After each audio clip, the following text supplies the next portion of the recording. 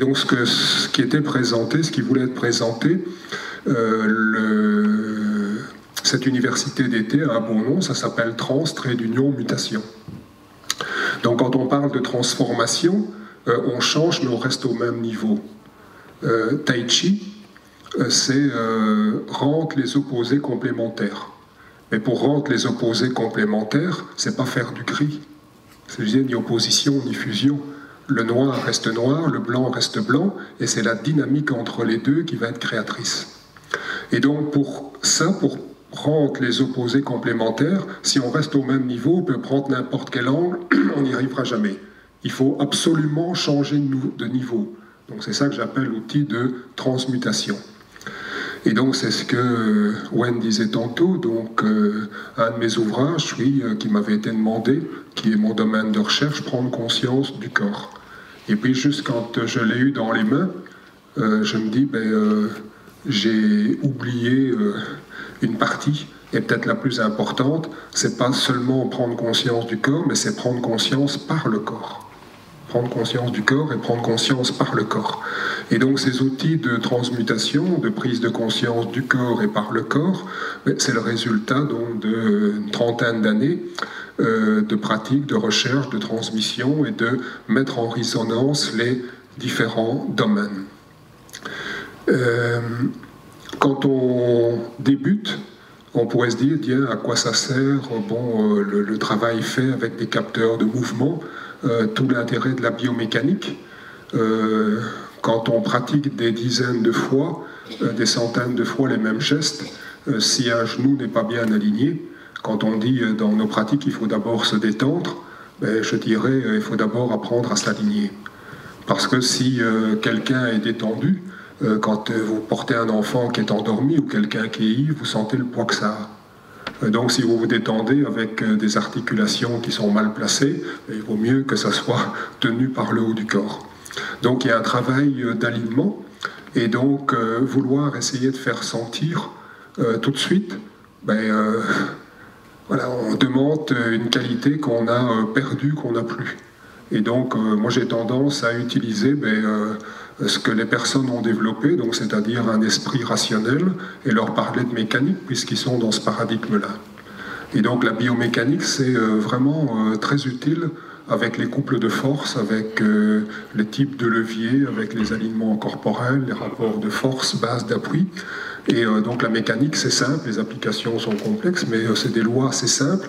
Et donc c'est utiliser ça, d'abord pour préserver le corps, et puis pour sentir la différence. Si j'applique les lois de la biomécanique, ou si je ne les applique pas, est-ce que je ne sens pas quand même une petite différence?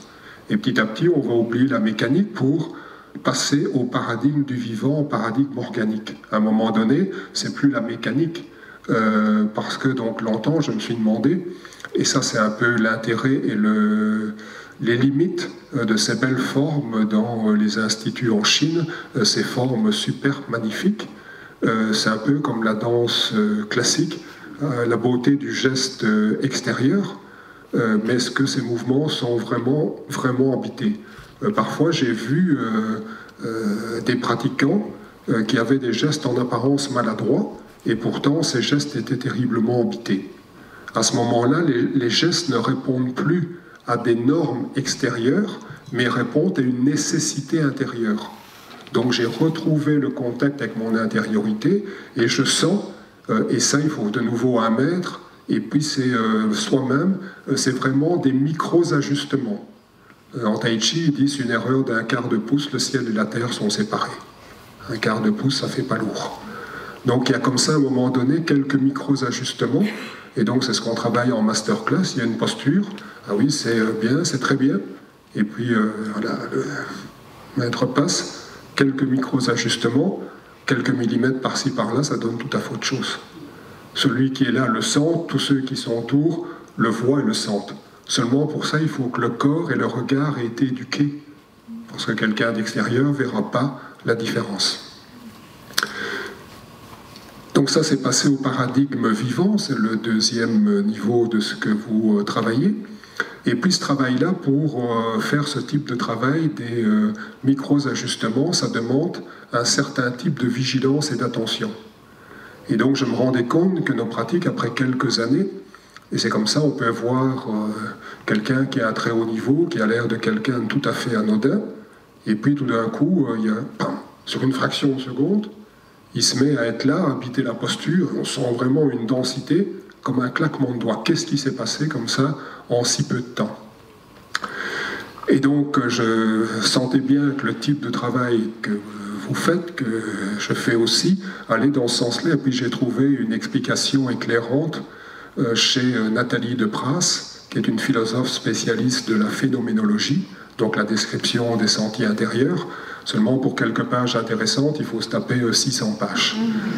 Son livre Attention et vigilance fait 600 pages. Et donc à un moment donné, on prend des personnes qui sont déjà très attentives. Et donc dans le fait d'être très attentif, elle distingue 3 sortes de grande attention. La première, c'est une attention plurielle. Je peux être attentif en même temps à plusieurs choses.